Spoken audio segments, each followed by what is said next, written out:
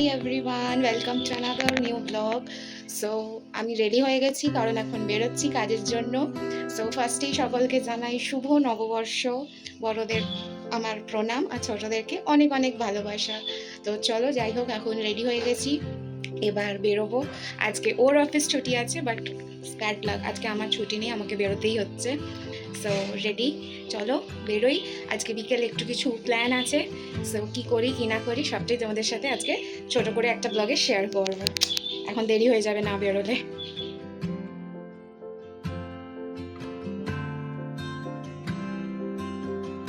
Office থেকে চলে এলাম ডিরেক্ট হাতিবাগানে। এসেই একটা ইয়াররিংস পছন্দ হলো, কিনে ফেললাম। খুব সুন্দর ছিল বেশ ইয়াররিংসটা। আর রাস্তাঘাটে যা ভিড়, বাপরে, বাট ভালো লাগছিল, বেশ একটা আলাদাই ভাইবস লাগছিল। সো যাই হোক, তারপরে জয় এসে গেছিলো, আমার জন্য অপেক্ষা করছিল। ওখান থেকে দুজনে চলে গেলাম ডিরেক্ট রেস্টুরেন্টে।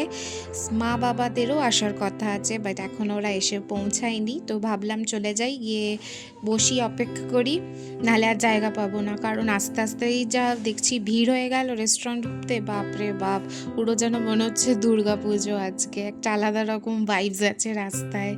সো ওদেরই অপেক্ষা করছি। বহুদিন বাদে আবার এলাম এই রেস্টুরেন্টে, ফিউশন। এটা আমাদের খুব একটা ফেভারিট জায়গা, খুব ভালো খাবার পাওয়া যায়, ভীষণই টেস্টি। তো ফাইনালি ওরা চলে এলো, ভীষণ সুন্দর লাগছে তিনজনকেই একসাথে বসে। এবারে ভালো করে আড্ডা দেবো, জমিয়ে খাওয়া দাওয়া করবো নববর্ষের দিন। নববর্ষ বলে নববর্ষ সবাইকে। তুমি সবাইকে শুভ নববর্ষের শুভেচ্ছা জানালাম। সবাই তোমরা ভালো থেকো, একদম সারা বছরটা তোমাদের খুব ভালো কাটুক। ওকে। এটা 65।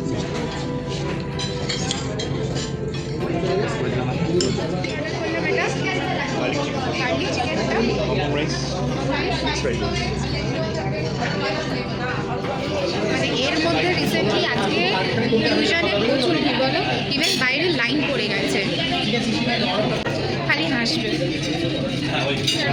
পুরো বাইরে ভর্তি লাইন, মনে হচ্ছে দুর্গাপুজোয় নবমী অষ্টমীতে খেতে এসেছি, এরকম ক্রাউড। বাইরের পরিবেশটা পুরো দুর্গাপুজো না, একদমই মনটা ভালো হয়ে গেল।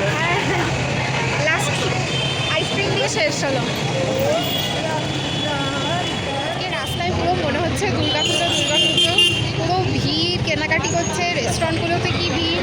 ফাইনালি আমাদেরও খাওয়া দাওয়া হয়ে গেছে, বেরিয়ে পড়লাম, খুব ভালো খেলাম। ওরাও চলে যাচ্ছে বাড়ি, আমরা দুজনে চলে যাচ্ছি আমাদের বাড়ি। সো চল।